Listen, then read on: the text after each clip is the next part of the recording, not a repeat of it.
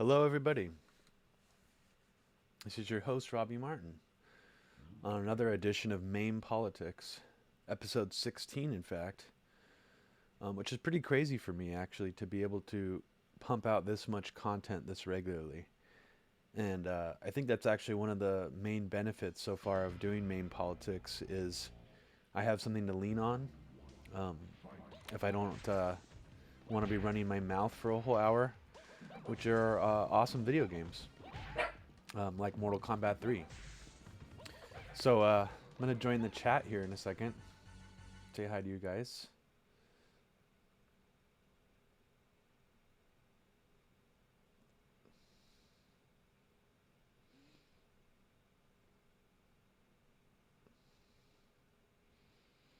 So who here has played Mortal Kombat 3? Hey, Tom. Hey, No Name. Hi, South of the Border Smoker.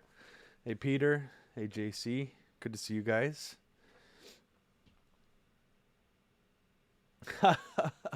Tom Collector. I like that. Tom Collector says, Maine Politics reminds me of the kind of show that would have been on late at night, 3 in the morning when MTV was good back in the day. Liquid television days.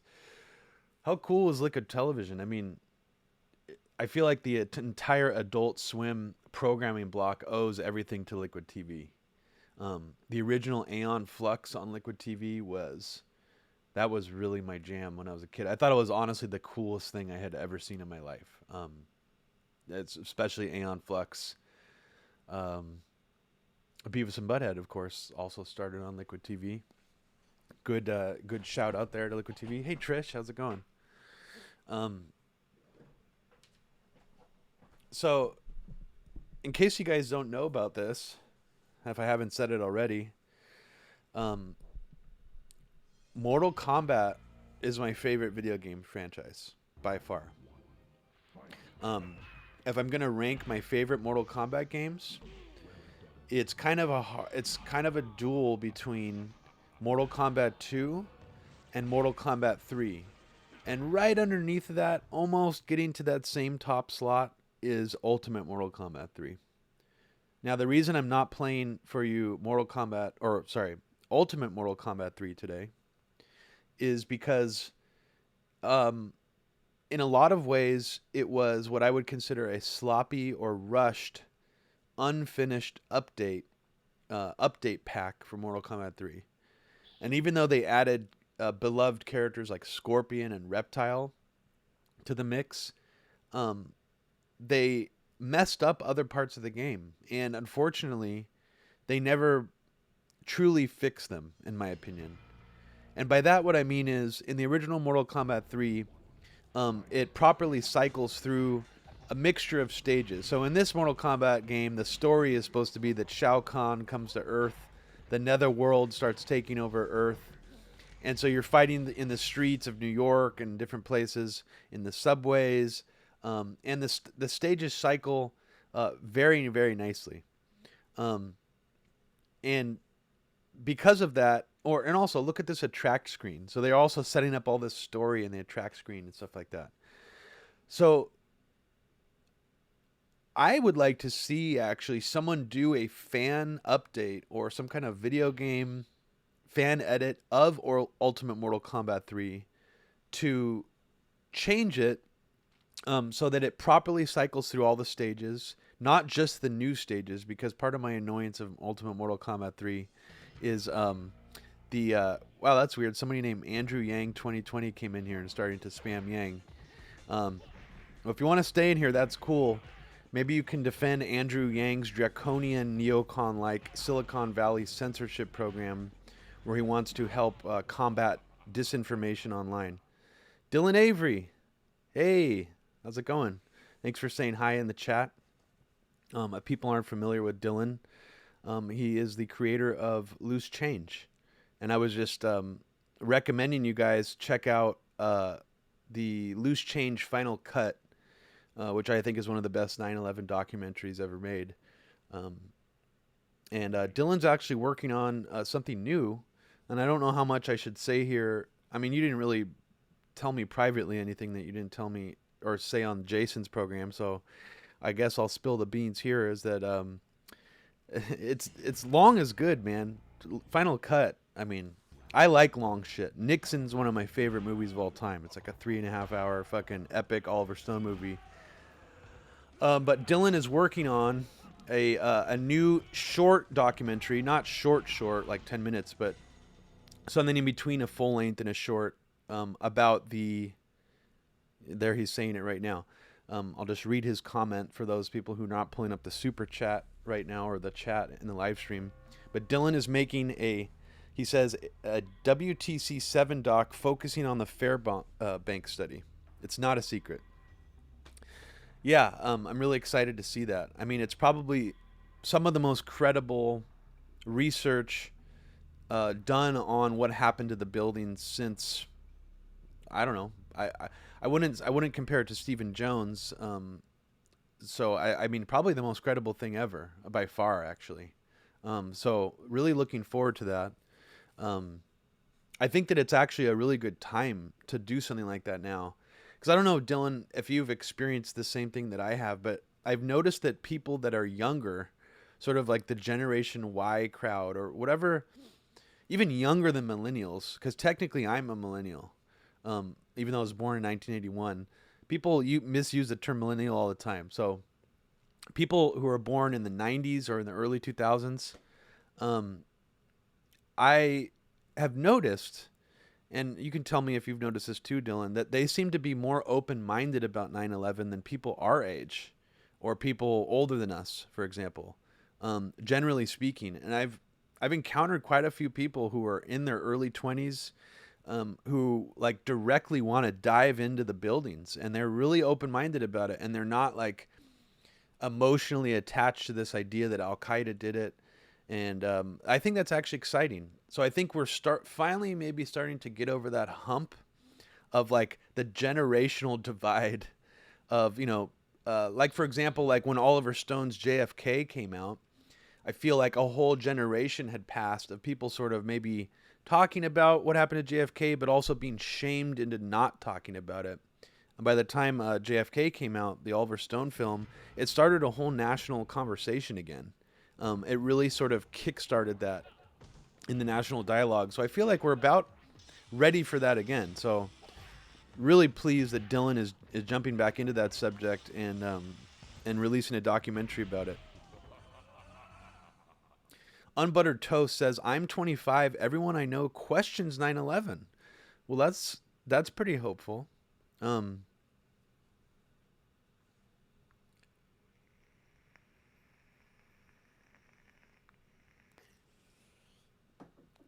that's really encouraging. Yeah, a lot of you are saying a similar thing to what I just said. And I didn't realize how young some of you were, so that's awesome. Um, I'm an old ass motherfucker. I'm almost 40, so it's cool that some of you guys are still in your 20s and seriously interested in these things that I'm talking about as well. Not just the conspiracies, but also the more dry shit. Because I can tell you when I was that age, when I was 23, I did not give a fuck about any of this stuff. I mean, I definitely was concerned about 9/11. I didn't, support the war in Iraq, but I was still extremely, extremely unplugged.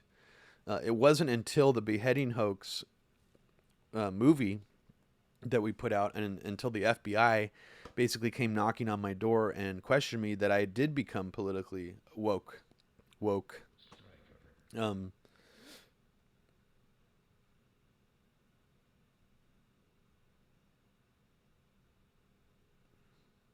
South of the border smoker. My early 30s were a little bit difficult. It's maybe someday I'll talk about things. I'm trying to keep a balance here of not going into things that are too deeply personal about my life, and sometimes sharing some of that stuff with you guys. So I'm still kind of debating in my own mind of how much of that I want to share. I'm not a super private person, but also some things, I have to keep close to the chest. I know, Abby and I obviously talk about a lot of things privately. So I have to be careful sometimes about what I share about some of those conversations. on this. So I just have to be a little bit careful about that. So, but I do want to go into some more of my personal life at some point. I do want to do a whole episode of the show where I talk to you guys about psychedelic drugs and your own experiences with them and share some of my own experiences with them. That's a subject that I'm really deeply interested in. Not just the politics surrounding them, but also sort of the spiritual component to psychedelic drugs. Um, I'm not a very spiritual person myself, but psychedelic drugs also sort of opened my mind to that paradigm as well. Um,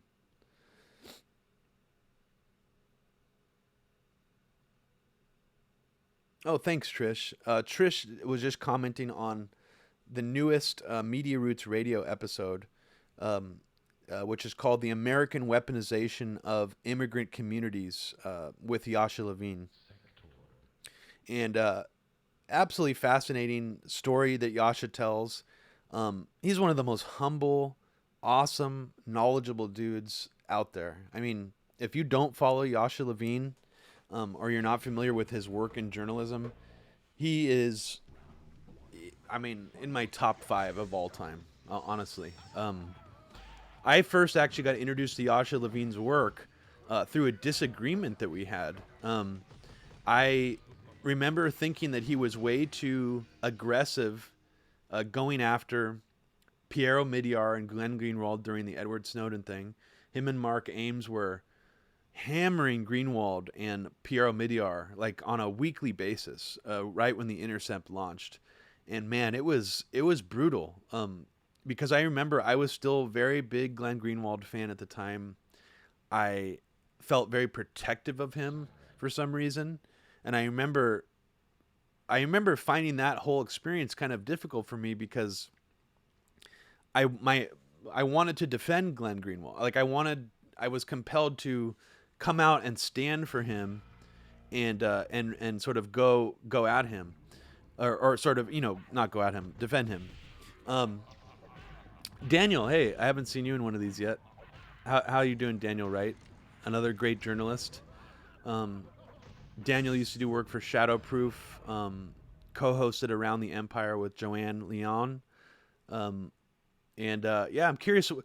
I want to get some of your take on that, Daniel, because how personal was it actually? I know that Mark Ames and Glenn Greenwald had a falling out that surrounded originally Glenn Greenwald basically pushing the sort of "don't touch my junk" movement around the TSA. And I remember Mark Ames wrote a piece basically saying that it was a Koch brothers engineered sort of AstroTurf protest, and Glenn Greenwald was essentially, he might be a Cato Institute shill or something like that. But even if it was personal, I'm curious to get your take, Daniel. If it was if it was valid, because even in retrospect, there may have been some personal animosity there between Mark Ames and Glenn Greenwald. All the stuff that both of Yasha and Mark were raising seems relatively true. I mean, not relatively. Was all backed up. And I remember even it was a weird moment too. I think actually my initial real appreciation for Yasha came. Well, I'm skipping over something. My first exposure to something where I was like, oh yeah, this is sort of weird that The Intercept is doing this, and why are they doing this, and why isn't Glenn Greenwald talking about it, was when Mark Ames found that the funding that Omidyar paid for the Ukrainian uprising, something like $400,000. And I remember thinking, oh, that is really strange, because why is Glenn Greenwald's outlet not talking about this subject at all? And as I started to become more aware of Cold War 2.0, I realized that there was sort of a lack of discussion about Ukraine and Cold War 2.0 on his website. But to make a long story short, me and Yasha originally got into it on Twitter, which actually is funny because this is how I made friends with a few other people on Twitter as well, is by initially going after them on Twitter. And I went after Yasha mostly because he was starting to essentially accuse a bunch of people in the Tor community of being funded by DARPA and being these kind of phony anti-government activists who are simultaneously being paid by the U.S. government. And I remember thinking, okay, now he's gone too far. I need to, set the record straight with him. Daniel says, you must have a lot of friends by now. Daniel knows how much I roast people on Twitter and how many bridges it's probably burned for me. We have discussed this. But what can you do, Yasha and I sort of started arguing about this idea, and I was trying to tell him, Tor is actually good. I know a lot of people who use it, who swear by it, and I'm going to write a response piece to Yasha's sort of speaking to my own Tor experts, experts in the field. And once I started actually researching the subject and talking to the people that I aim to talk to, including somebody who is heavily involved in Tor and actually someone who helped curate WikiLeaks, they basically confirmed to me everything that he said, that was all true. So at a certain point, I was just like, well, Yasha's right, about this. He pissed off a lot of people from the Tor community, and he ended up being pretty much right about everything he wrote about. It was not an exaggeration. Jacob Applebaum was on a DARPA payroll. That's real. And it was weird for me because a lot of my own friends here in the Bay Area used to know Jacob Applebaum. In fact, one of my good friends, and I've never met Jacob, I don't have any personal connection to him. Indirectly, one of my good friends out here, his father apparently actually taught Applebaum how to program. And just from talking to various people in the Bay Area who used to know him, when I remember even also trying to dig about the sexual, assault allegations, the sexual harassment allegations, and sort of initially disbelieving them, thinking that he was being, railroaded and he was being smeared because he was such a anti-government radical activist or whatever, as soon as I started talking to people about that also who personally knew him out here, at least two of them immediately told me, look, I don't have any proof that he did any of these things, but based on my own interactions with him and his reputation out here, I completely believe that it's real. So pretty much no one I spoke to who personally knew him defended him and came to his defense, even though they had no evidence that he actually did any of those things. I guess to them it was a completely expected development. So yeah, it's too bad that people like that sort of rise in the ranks of these organizations. But whatever, that's for a whole other subject. I just kind of went off on a total tangent about Yasha. But yeah, check out this new episode on Media Roots Radio. I think it's one of the best episodes we put out in a while. And if you didn't already know this, Yasha's last appearance on Media Roots Radio, it was the only time Media Roots Radio actually got publicity from any mainstream media. Politico had a little roundup of things you might have missed from the last week. And in those things you might have missed, they mentioned our Media Roots Radio episode. They didn't comment on it. They didn't say anything about it. They just recommended people, their Politico readers, check it out. So that was really surprising to me. That's probably the only time Media Roots Radio will ever get a mainstream media mention. So yeah, that was weird. But yeah, Yasha is a great dude. And if you ever have a chance to go see him talk, if you haven't read his book, Surveillance Valley, The History of the Internet, definitely check it out. Tom Collector. Yeah, I mean, Tom Collector says Applebaum seems like a super horny pansexual guy who also assaults couches and chairs and stuff. Yeah, I mean, apparently one of his main fetishes was to sort of intimidate a couple, like a heterosexual couple, into fucking him, or to fuck in front of him. He's kind of an interesting fetish. And then also, from what else I heard about him, is he used to brag about being a stunt cock in kink.com videos. And in case if you've heard me talk about kink.com before, it really, really bums me out that the Me Too era didn't really steamroll over kink.com. Not because they make rough sex videos, which I think, as long as they're consensual are fine.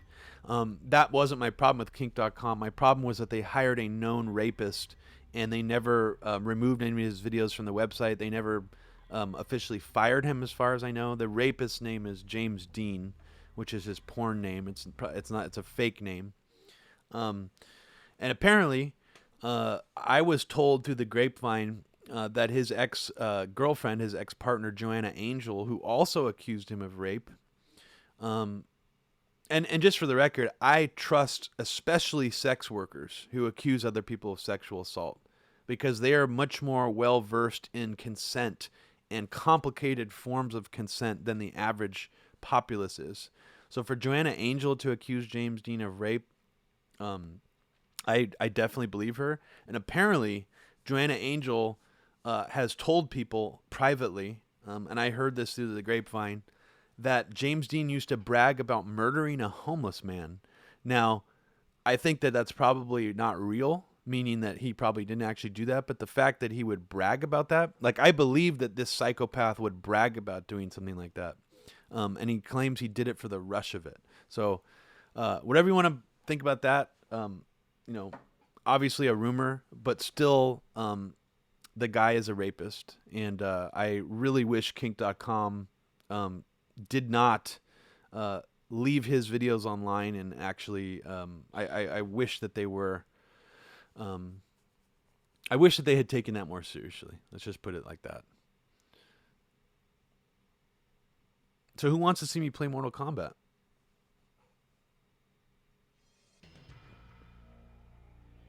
Anybody want to see this?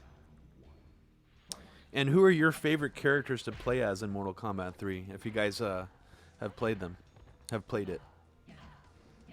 Dylan Avery wants to see me play Mortal Kombat 3. Awesome. Okay. Oh, I didn't finish my original rant about Mortal Kombat 3. Mortal Kombat 3, I think when it first came out, I was disappointed in the way that it looked immediately. Because if you look at a side-by-side comparison of Mortal Kombat 2 and Mortal Kombat 3, I think it's hard to argue that Mortal Kombat 3 actually looks graphically superior. The design work of it's a little more cartoony. The color palette's a little more bright and flashy. And the sprite size of the characters on Mortal Kombat 3 are actually smaller. Hey, John, how's it going? I didn't realize you were in here. Dylan Avery, MK3 is kind of a dud for me. Oh, man. I suppose Cybersmoke. Well, here's the problem, Dylan.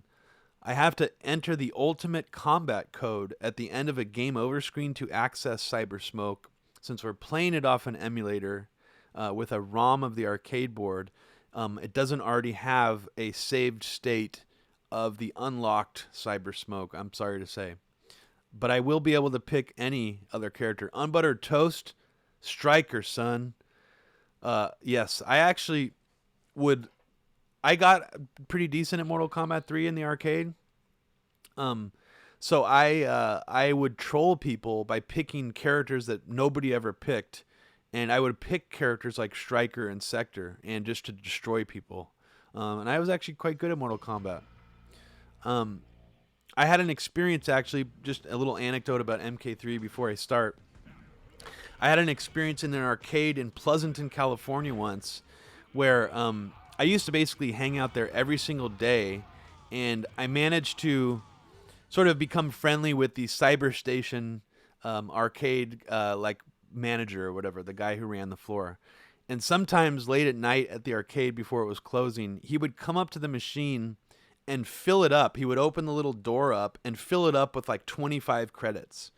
And he would just start playing on one side. So without asking him for permission or anything, I remember I would just go up and start playing him and using his credits that he had inserted into the machine. And since he probably wasn't really supposed to do that and give himself a bunch of free credits, he never told me not to. So we would just play for 25 rounds straight. And even if he would beat me, I would use one of his credits and keep playing. And it got to the point where I actually started beating him. And he had to use up all of his own credits and keep putting in more. So it was really pleasurable for me being like a 14-year-old kid beating this, guy in his mid-20s who ran the Cyberstation. And I remember one day when I went there, Yes, John, I remember most of the moves from Mortal Kombat 1, 2, and 3. I fucking memorized all that shit. Um, but one time I was playing at the cyber station, so I walked in, and since the guy knew that I was one of the better Mortal Kombat 3 players there, and then I knew all the moves, and then I was, really competitive with people, he immediately warned me. He's like, "Hey," he's like, "You see that guy playing the Mortal Kombat machine? He's like, he's on the Warriors, and he throws. He doesn't do throwing disabled. So watch out. And also, if you beat him, don't keep beating him in a row, or he gets mad." So essentially, a professional basketball player from the Golden State Warriors, a guy who was like 6'5", I mean, giant, tall dude, would come into the arcade and play children on Mortal Kombat 3. He would pick Cyber Smoke, of course, because that's the cheapest character. People who, in my opinion, didn't know how to play very well would always choose Cyber Smoke. So this guy would choose Cyber Smoke, and it was sort of an unspoken rule for some reason at the arcade where all the pro players did throwing disabled, where you hit low punch on both sides of the control panels during the versus screen to do throwing disabled. And this guy just was throwing everybody. And people were afraid to say anything. Usually in the arcade, you would be like, "Man, that's fucking cheap. Don't fucking throw me. Fuck you." But this guy he was just there, and people were actually intimidated to beat this grown-up, 6.5 foot tall Golden State Warriors basketball player. And I remember I actually tried to beat him with Cyber Smoke. I was trying to do cheap shit on him, and he just kept throwing me. And at a certain point, I think I just got like intimidated because I was worried about what the Cyberstation guy said, that he would get mad if he lost. So I just gave up. So that's my Mortal Kombat 3 anecdote. Alan McLeod, hey dude, how's it going? How do I pronounce your last name, by the way? Is it Cloud? Because I have said your name on the podcast before, and I feel like I fucked it up. Alan is a writer for Mint Press News, in case anybody doesn't recognize his face in here. I'm sorry, Tom, that I have disdain for the Tekken series. I can appreciate it, and I understand why people like it. The only reason I have disdain for it is because I don't like collision that's slow in any game. So because Tekken has these beautiful motion captured animations, with like dudes doing capoeira, like whatever that one character's name was, it's just not as fast paced and as instant collision for me, compared to other fighting games. Let's see, Josh is texting me. I hope he's not mad at the silly thumbnail graphic I made for the episode.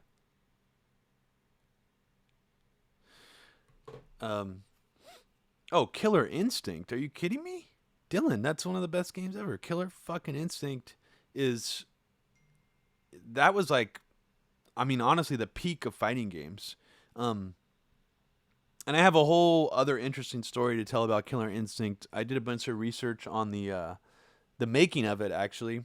And it was Nintendo's first game that was like gory. Nintendo was really, really reluctant to release anything with blood or gore or violence, and Killer Instinct was the first time where they were like, "Okay, fuck it, we got to compete with Mortal Kombat. Like, we got to do something," and they did. And also, Killer Instinct was the first game ever released that was running off of a quasi Nintendo 64 hardware, and also used a hard drive as well. It utilized a laptop hard drive that you would have to sit on top of a slot on the arcade board.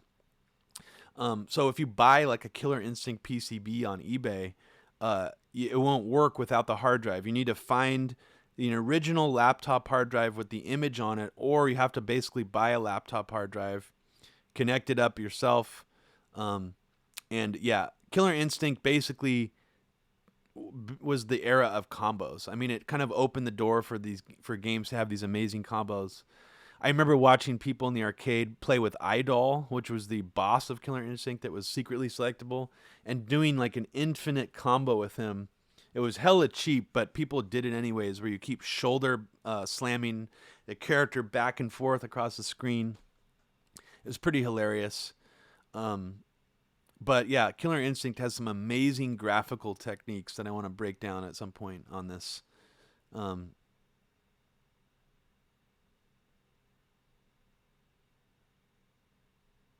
Patrick Blair is name dropping Zoviet France again. I'm glad that people are picking up on Zoviet France's music in this chat.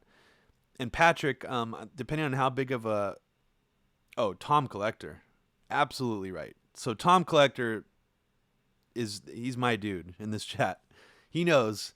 He says, I think the juggling in Ultimate Mortal Kombat 3 might be the most fun ever. Absolutely.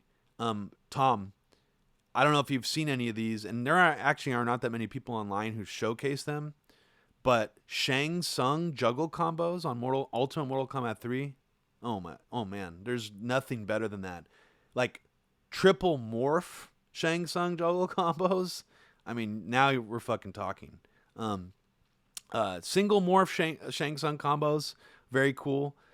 Double morph ones, even cooler. But I've actually seen people pull off a triple morph Shang Tsung juggle combo that was pretty much an infinite combo that takes away your whole life bar, and it's just like, fuck yeah. I am orgasmic, dude. Mortal Kombat 3 is as good as sex for me. I'm not gonna lie. It's the best video game pretty much ever made. So I'm going to get into some more serious topics as I play. I'm going to be watching the chat.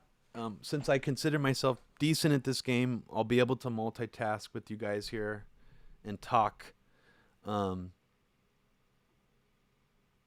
Collector, I want to meet this shock motherfucker. I want to play him because I believe I could actually be the Mortal Kombat 3 champion, at least of the United States. I genuinely believe that. But if I don't play soon, I'm going to really not live up to my hype here. So here we go.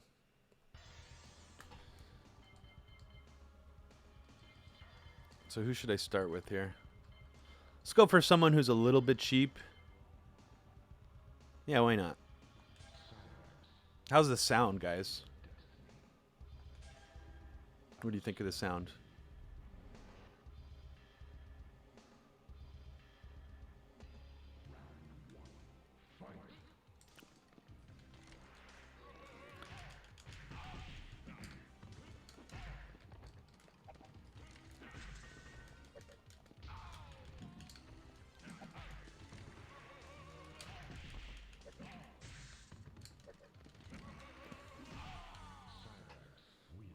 Can't hear the game?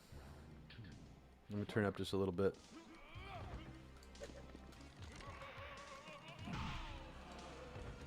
So there's a weird move by Cyrax that almost no one uses. And it's hard to pull off. It's one of his regular special moves. He has an air throw, actually.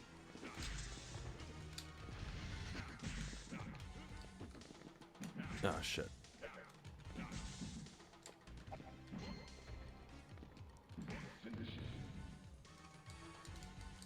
Okay, I'm going to look up Cyrax's fatalities, so this is not a stupid, here. I actually don't remember Cyrax's goddamn fatalities. For some reason, I remember Sector's fatalities and moves more than Sector's, or more than Cyrax's.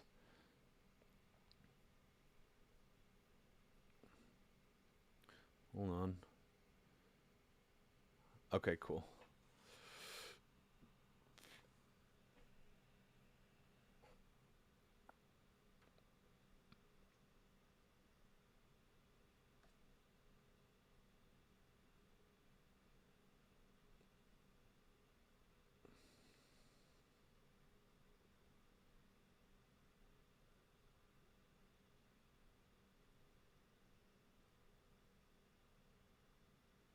What is Karate Champ, Furious Psyop? Is that Nintendo game where it's like a really short stage that just keeps repeating and getting harder? Oh, White Seed, yeah. Bushido Blade is one of the most unique fighters ever, and they made a sequel for PlayStation as well. Really cool game that has really cool hit detection where if you stab someone with your sword, like in the throat or in the stomach or in the head, you like die instantly. It doesn't, I don't think it has a life bar necessarily. But it's like a game that tries to utilize like real, like, you know, whatever you call them, like hit points on your body that would instantly kill you. Um, no, John, I don't think I've ever played Karate Champ. Maybe I'll play that sometime here. The problem with playing games on here that require double joysticks is it's kind of hard to do it um, the way that I have it set up here. Even playing some of these games with the like that require light gun, like Terminator 2. That's one of the only games I've gotten to work on here with a joystick.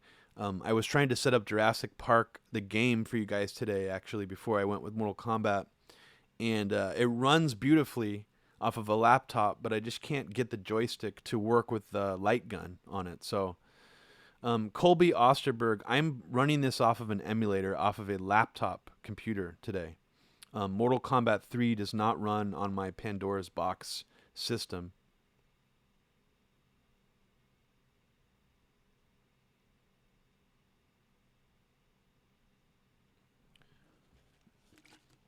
Another really underrated game, fighting game for the PlayStation. If you guys haven't heard of this, Capcom, I believe, later ripped it off for their game series Power Stone. It's called Destrega. And Destrega is a two-player, fully three-dimensional fighting game for the PS1, where you have projectiles, you have special moves. It's a really, really interesting game, and I highly recommend it. And for some reason, I never see it come up on anyone's lists for fighting games or even PS1 games, and I always thought it was one of the best ones. Another obscure fighting game, which is not really technically a fighting game, it was only for the PS2. It was Mortal Kombat Shaolin Monks, and it also had a two-player versus mode that was fully 3D and had juggle combos in it, and it played beautifully. And I've actually tried to look up two-player versus matches on Shaolin Monks online, and almost no one has uploaded one, which is weird to me because it was kind of a cool mode of playing that game that really played really nicely. And I always thought that would have been a really cool Mortal Kombat arcade style had they released that, like after Mortal Kombat 4. Because just for the record, I think pretty much everything that came out after Mortal Kombat 4 is bad. So let's do more of this. Now I got Cyrax's fatalities and stuff up, so it won't just be super boring.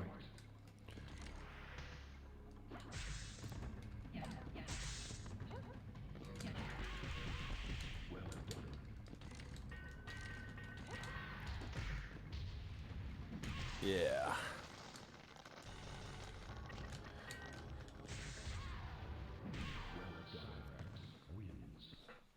I'll play as Kung Lao on Buttered Toast. Liu Kang. You know what's weird about Liu Kang in this game? His hitbox, not like where he gets hit with, but when he hits other people with like the flying kick, it has a weird collision on it that's not as nice as MK2. It can like actually go above your head. It's weird, and I don't feel like they ever really fixed it in any of the updates. The bicycle kick of Liu Kang though in this game is almost better, I would say, than. Okay, now I'm gonna try to do the fatality here. Down, down, up, down, high punch. Down, down, up, down, high punch. Oh shit, I missed it. No, it's not Scorpion John. It's Cyrax. He's a Lin Kuei ninja. Like, I guess it's supposed to be in the same clan as Sub-Zero or something. Okay, so did you see that weird jump I just did? That's one of Cyrax's like barely utilized moves that almost no one would do when they would play as him in the arcade, and the computer never ever does it. And it's an air throw, which directly tries to hit the opponent wherever they are in the air, and you could do it from the ground. So it's the only air throw in the game that you actually can do from the ground, which is sort of bizarre.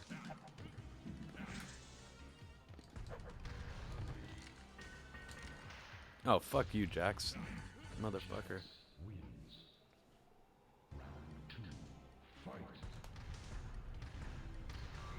Interesting. Yeah, that's interesting, Tom. I didn't know that. You know who actually is my favorite character to do juggle combos with in Mortal Kombat 3 Ultimate is either Ermac or Human Smoke. You can be Human Smoke with a code.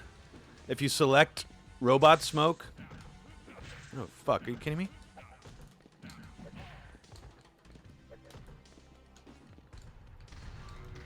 No. If you Human Smoke used to have an uppercut combo that you can jump kick in the air, and you can fucking well, not jump kick in the air. You can do a uppercut combo launcher. Oh, what the fuck was that? Jax just did a 2-hit jump kick combo on me? Motherfucker. So that's one of the cool things they did on Mortal Kombat 3 Ultimate is they made it so you can actually do a jumping punch combo opening. Oh shit. Down, down, forward, down, down, up, down, high punch.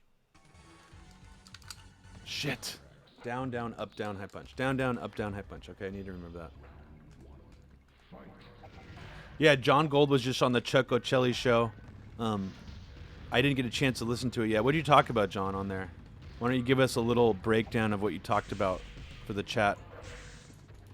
Fuck.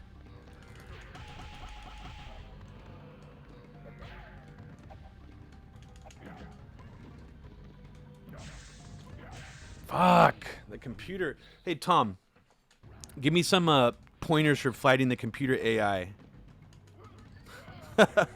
Jesus Christ. She was kicking my ass already.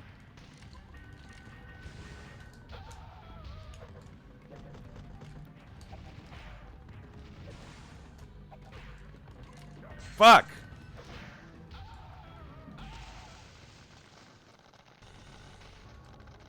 Oh!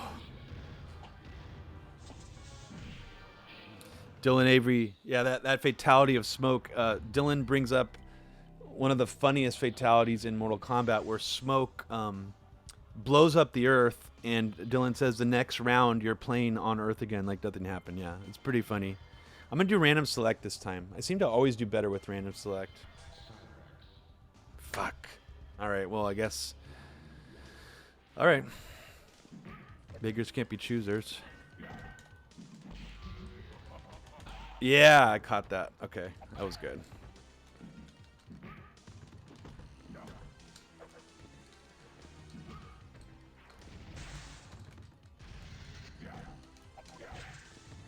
Oh, you fucker.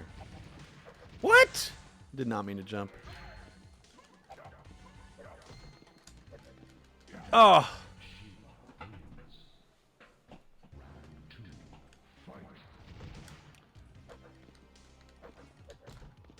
Yeah, Dusty Card is awesome. I wish I was able to find more artists on my label who could put out music like that. I mean, I'd still love to.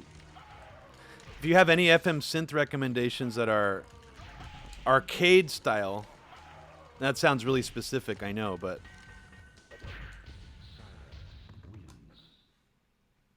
I should duck and low kick. Okay. You mean not sweep, you mean just like a jab low kick like that, right? Is that what you're talking about, Tom?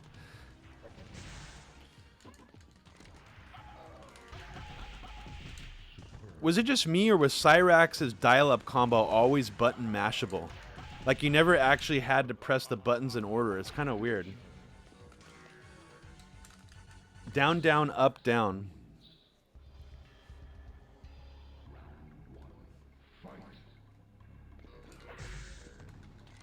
So when you play Ultimate Mortal Kombat 3, you almost never see this stage, the Soul Collector stage, which is one of the cooler looking stages in Mortal Kombat 3, I think. You motherfuck. Oh, that fucking throw. Oh, fuck!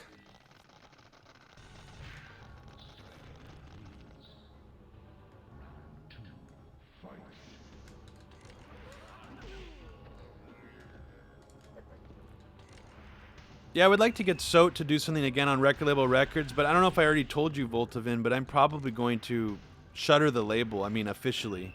It's pretty much already shuttered now.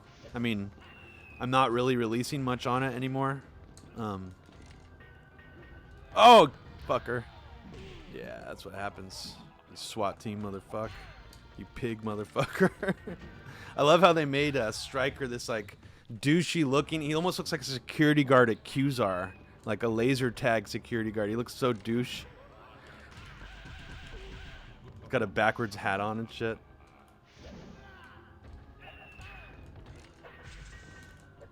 Oh yeah, you stupid motherfucker! I killed you. Pigs with wings, motherfucker! Boom. Here, we gotta get some real pigs with wings action here. Let's see. Down, down, up, down, high punch. Okay.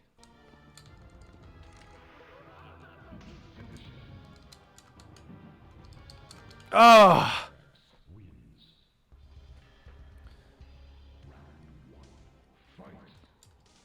Yeah, I never quite liked the way Sub-Zero looked like in this game either. He looks odd to me.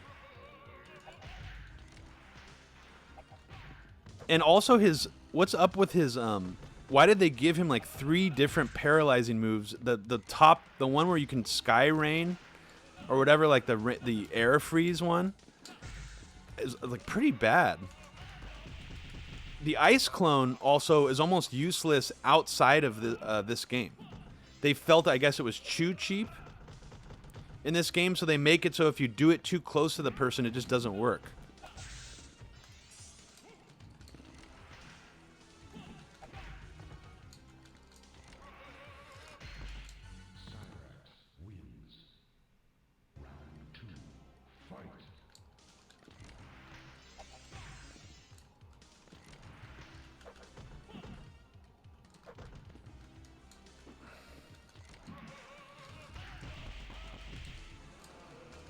Yeah, that dial-up combo's a little repetitive. I wish yeah, I'll just do that one instead, I guess.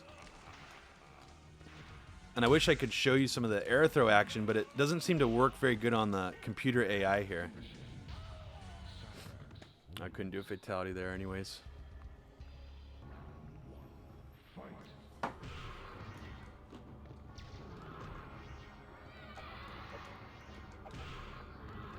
Oh, you fucker. So this is like the sub boss on Mortal Kombat 3. Just like Mortal Kombat 1, they kept up the tradition of unplayable boss characters that were in pairs. So in Mortal Kombat 1, they had Goro, which is fucking cool, and Shang Tsung.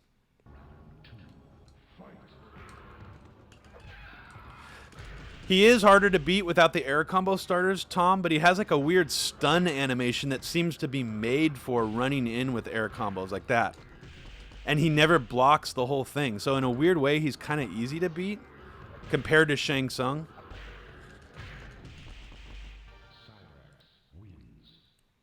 But Motaro also deflects all projectiles. I'm surprised I've only lost twice and I got to Motaro already. I feel like the computer AI settings in this game are actually, you can set it so it's easier than Mortal Kombat 2. Oh, motherfucker. No! Okay. I'm going to do random select again here.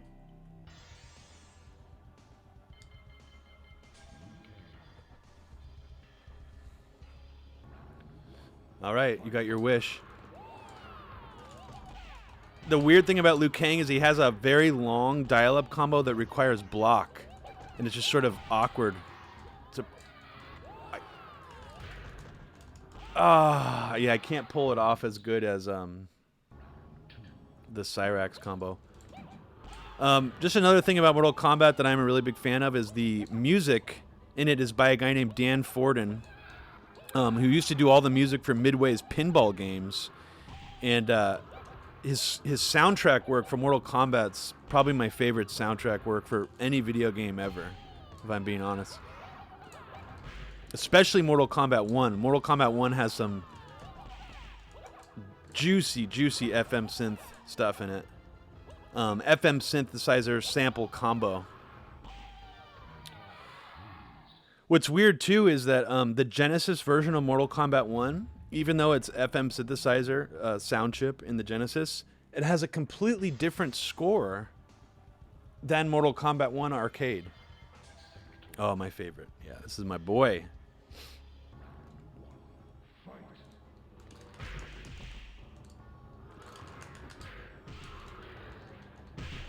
Oh, wow, that's surprising. Did this come back to me? So if I do this, will this come back to me? Oh my god, it does! Wow. So it actually mirrors the yeah, the Genesis score, Tom. I haven't listened to it in a while, actually. I should check it out because it's not by Dan Forden. And I don't know why they didn't decide to go with the original soundtrack. It's weird. It's an odd choice that they went with. The Mortal Kombat 1 for Genesis was weird in general because while they did have blood, a lot of the sprites and stuff in it were just bizarre. Like I remember the blood animation in the Genesis version is totally different looking than in the arcade, just inexplicably.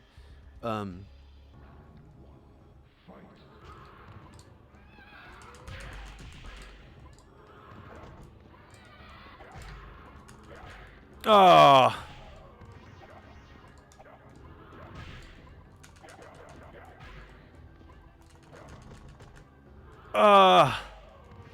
I forgot Shiva's entire dial-up combo. She has like a really long, extremely damaging. Oh, I think it's like high punch, low punch, high kick, low kick, high kick, or something.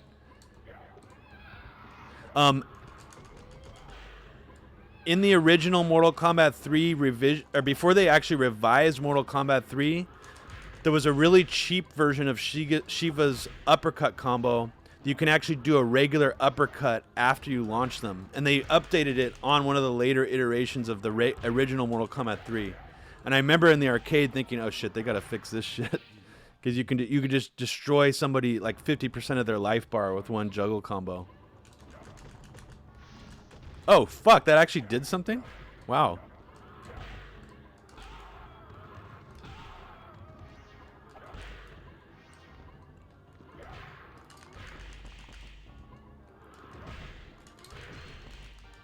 Yeah. All right. We're at Shao Kahn, the bad boy now.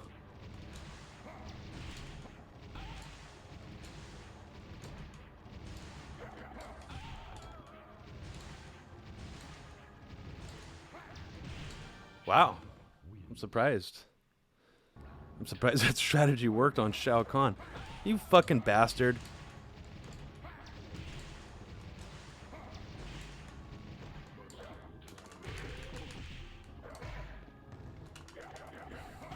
Oh.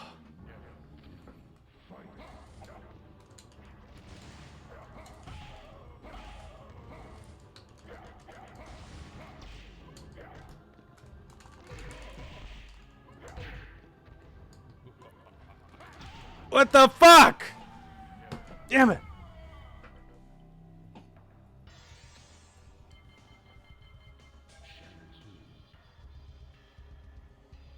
Resident Evil 3? You talking about, Adam G?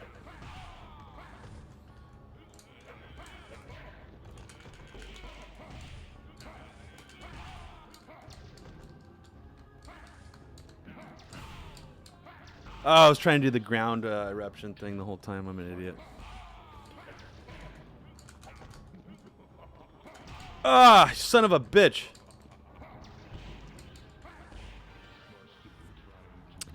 Is it just me or is Shang Tsung's special moves really slow in this game compared to MK2? I feel like in MK2 his fireballs were just like boom, boom, boom. You could get them out a lot faster.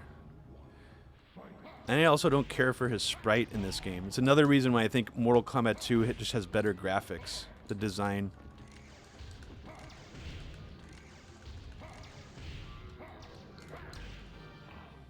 Wow.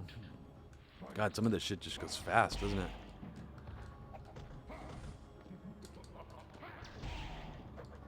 How come I can't,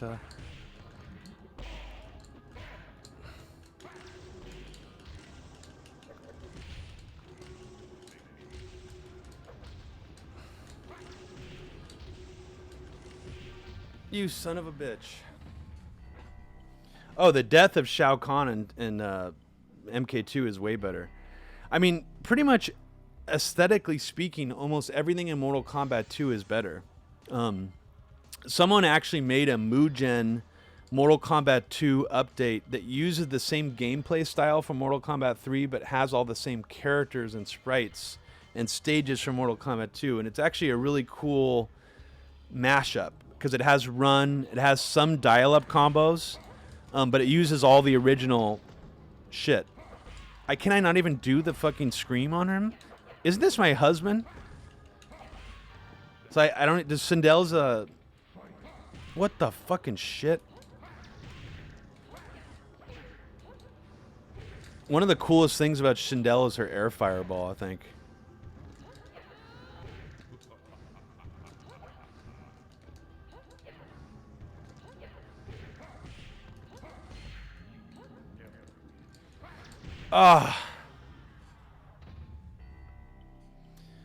Tom Collector, have you played Mortal Kombat Project? Or Mortal Kombat, Mortal Kombat Chaotix? If you haven't, I would highly recommend it.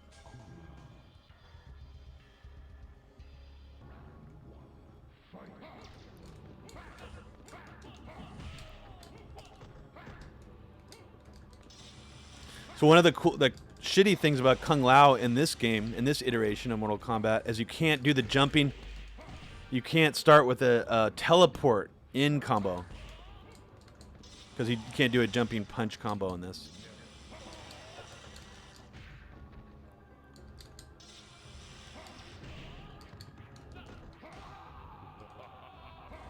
Shit!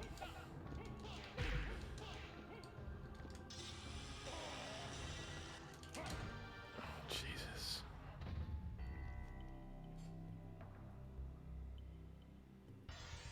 What do you think of Mortal Kombat Project, Tom?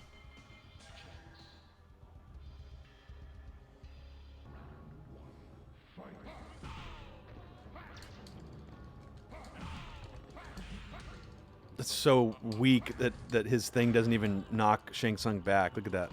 It just like pushes him out of the way. Bullshit. You son of a bitch.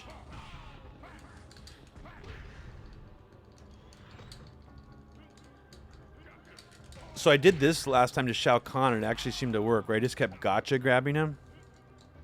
For somehow that kept working last time.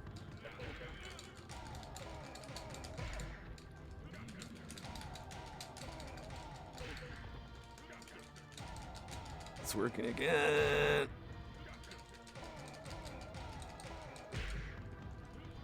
You son of a bitch.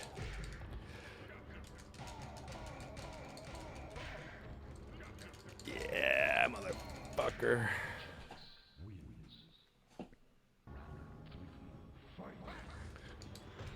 Oh, you son of a bitch.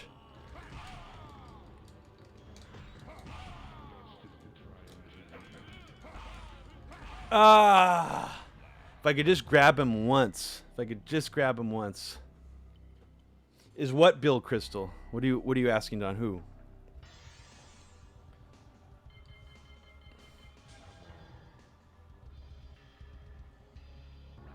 Cabal, I think, used to probably be the cheapest character in the arcade. Definitely. He has the same, like... What the fuck?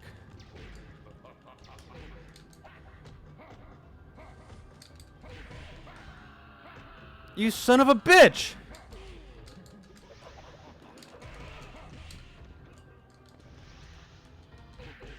Ah.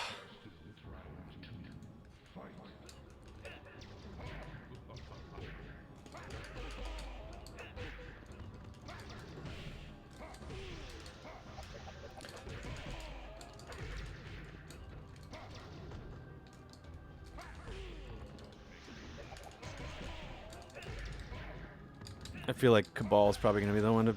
Jet!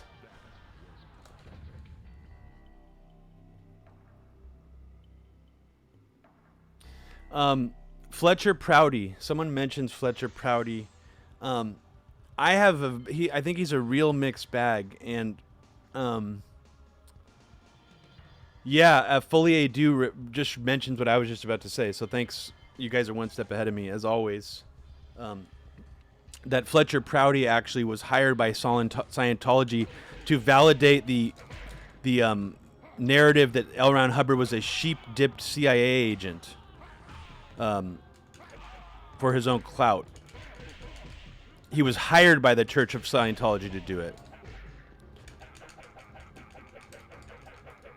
Ah!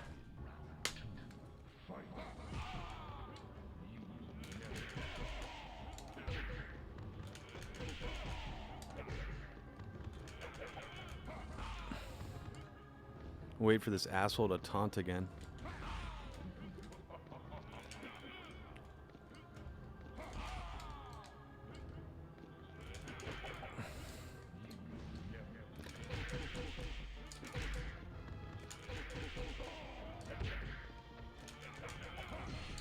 Son of a bitch.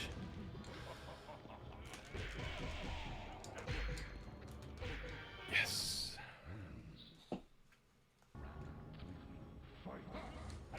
Why would Scientology want that, Daniel Wright asks? Well, because L. Ron Hubbard was a pathological liar, and everything, like his entire life story, just needed to be like validated by the church, and he would go around telling people that he was a CIA agent. There's a lot of like stupid sociopath, like social engineer people who think that. Like that.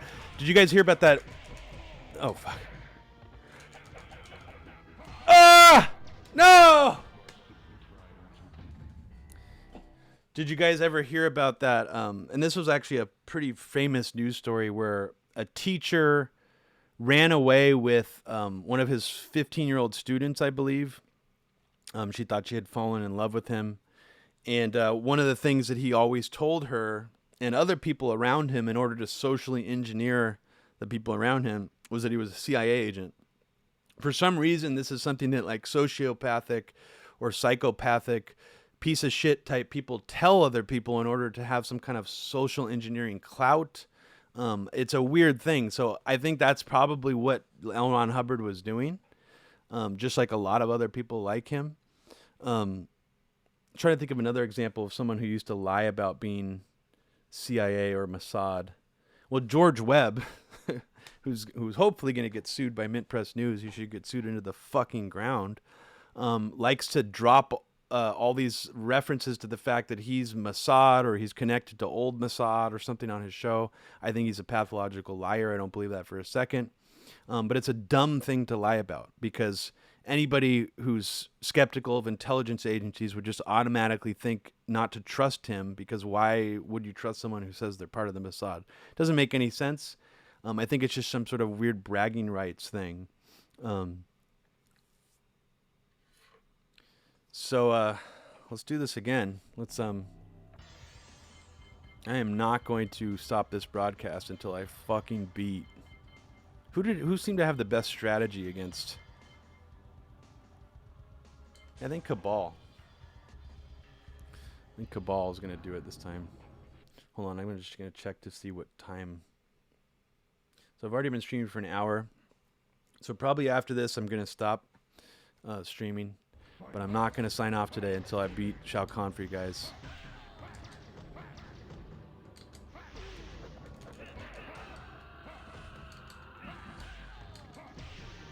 Okay.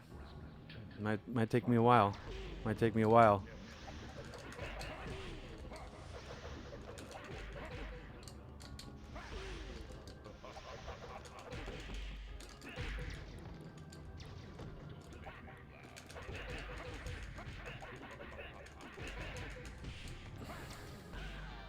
Son of a bitch.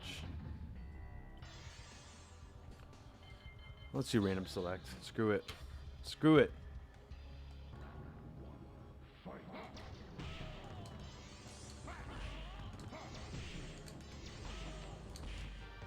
Wow. That was awful.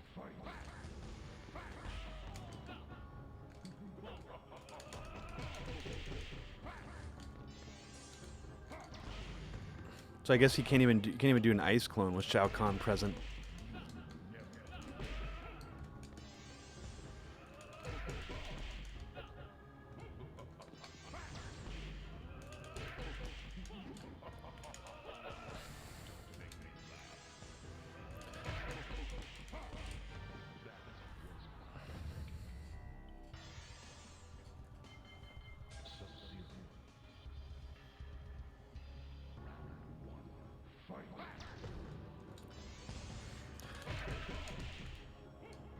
And for the people who told me to watch that Missing 411 documentary, the guy who did it, I discovered that he's the same guy who's like doing the Bigfoot stuff now.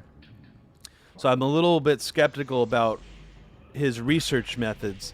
But didn't that guy used to be like pretty credible, just like outdoorsy survivalist guy? What's up with his Bigfoot shit now? What do you guys think of that?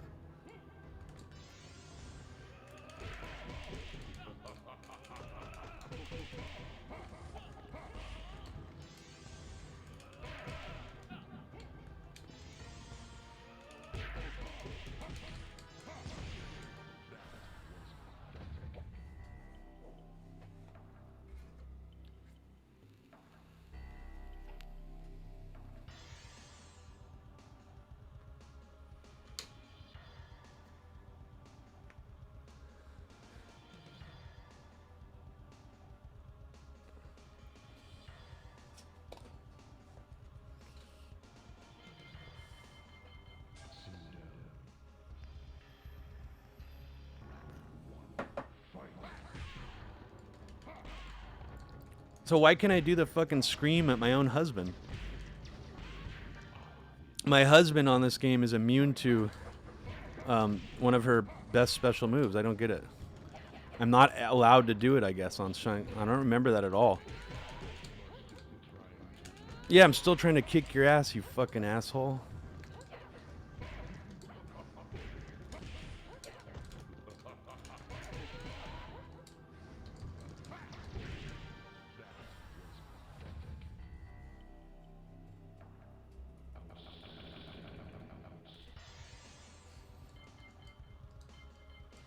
I'm going to go with Cabal again.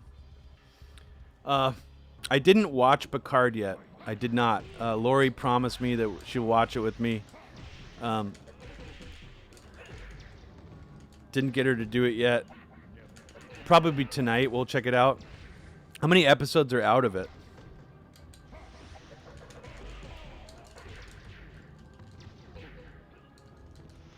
Oh, you son of a bitch.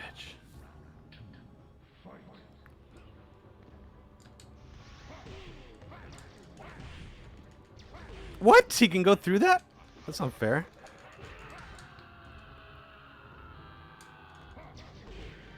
Man, Shao Kahn is really kicking my ass. Okay.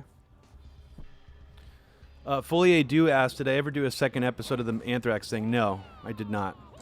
And I don't know when I'm going to either.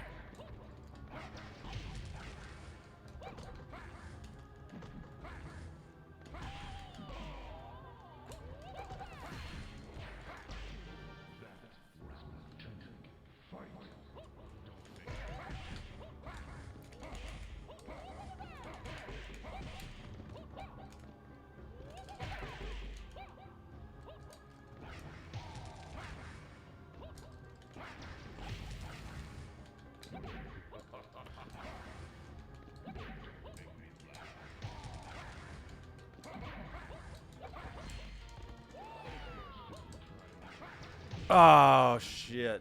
Oh, wait, I won that one. Okay. Okay. That's close.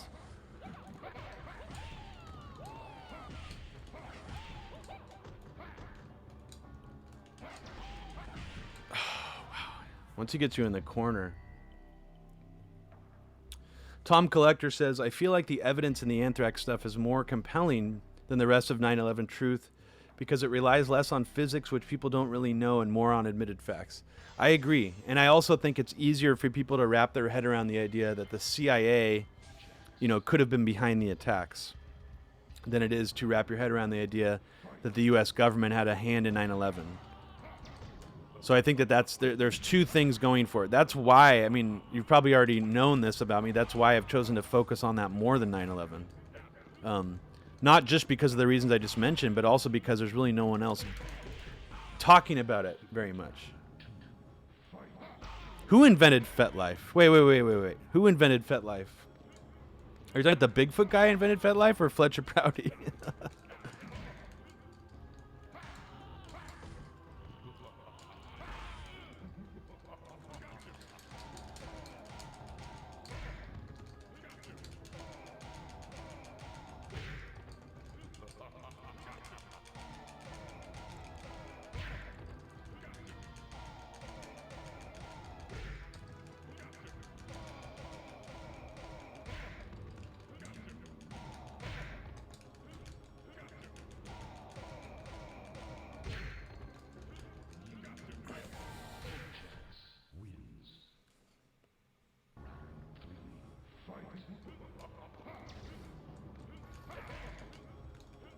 What synth do you think I own? I'm just curious. Oh man. Fuck. Fuck. All right, we're gonna keep doing this, people.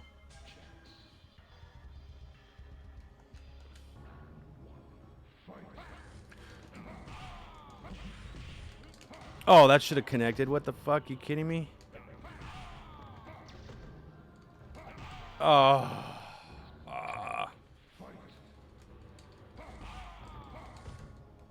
He just knocks you back with.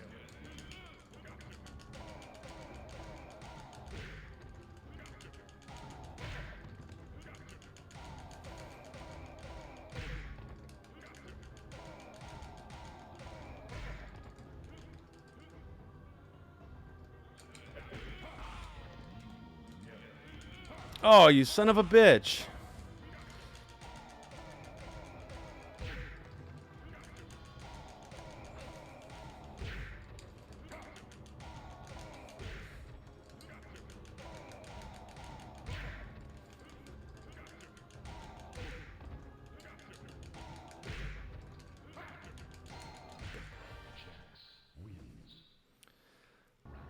Sonya is pretty good in this game, but she's not like a. I wouldn't consider her like an overpowered or a cheap character. She's just one of the characters. Son of a bitch! He got me in the corner. Did you see that shit? Sonya is actually really good in the Mortal Kombat 3 update. I mean, sorry, Ultimate Mortal Kombat 3. She has a uppercut combo.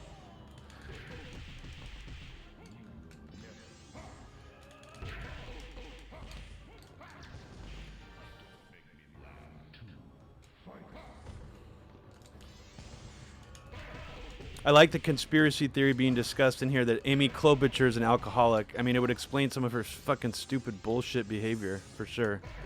She's a fucking idiot.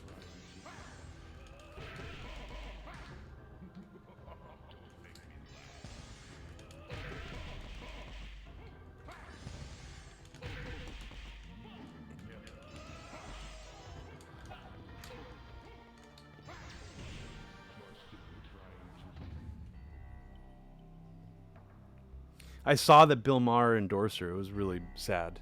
I mean, it's like the ultimate boomer thing to do. I mean, it would be.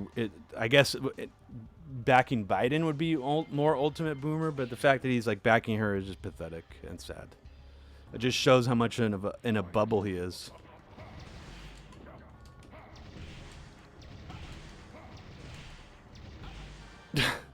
Fireball off. I guess that works. Weird. He can block that.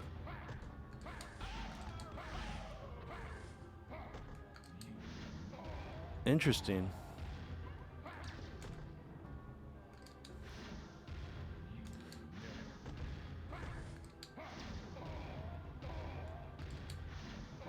Wow. Maybe that's how maybe that's the strategy here. Let's try that.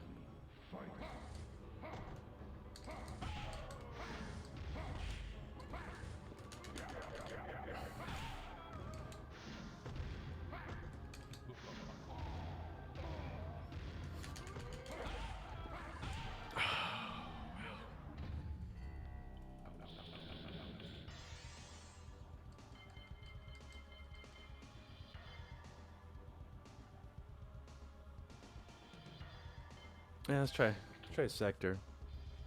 I need to do the Jax grab. I know. Seems like kind of almost a cheap way to beat Shao Kahn, though.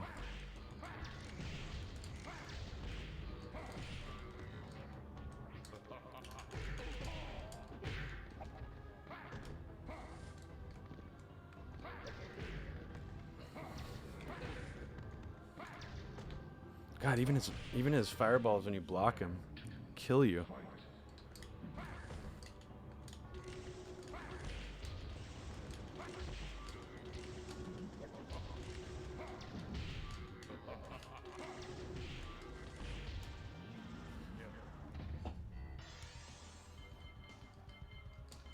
Let's go good old Cyrax.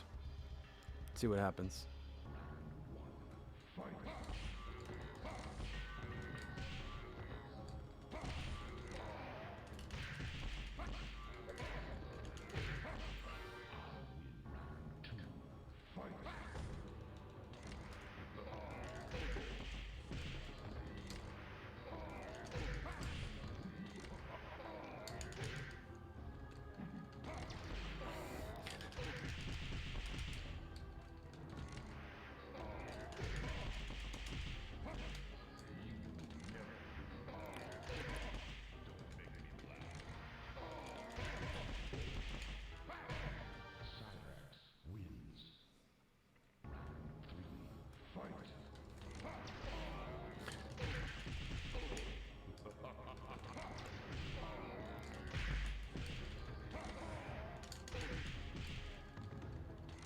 Jet, no!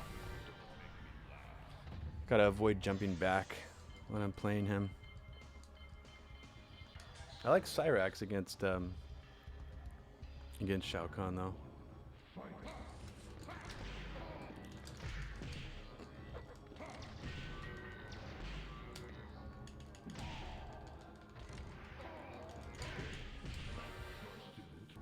Maybe I should uppercut after the net. Let's see.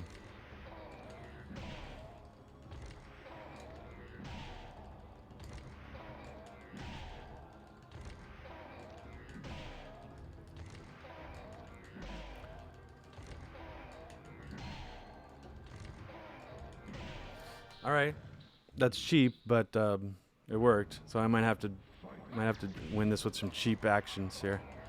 Let's see. All right. Okay, I guess this is how we're gonna go out. Gonna watch Robbie play some cheap Mortal Kombat against Shao Kahn, exploiting an AI glitch. Here we go.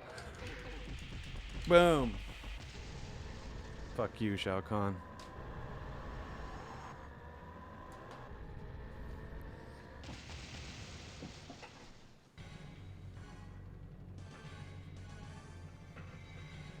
Tom Collector, to fight Noob, what do I have to do on Mortal Kombat 3 to do that? I know on Mortal Kombat 2, it's like you have to... This is a hilarious ending.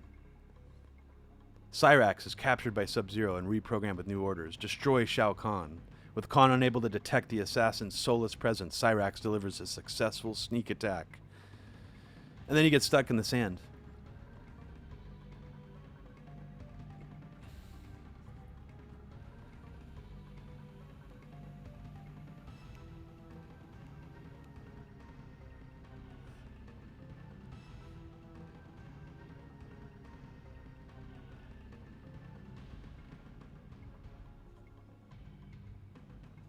I'm going to turn up this music a little bit because it's awesome.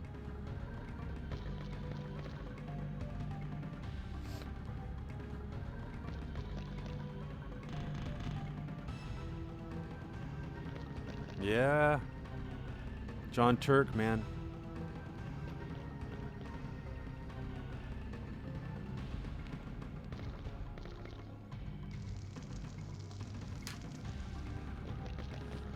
If you notice, there's no Carlos Pacina, or sorry, Daniel Pacina in this game.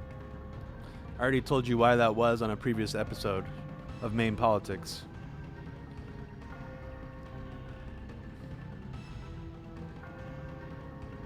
Ed Boon.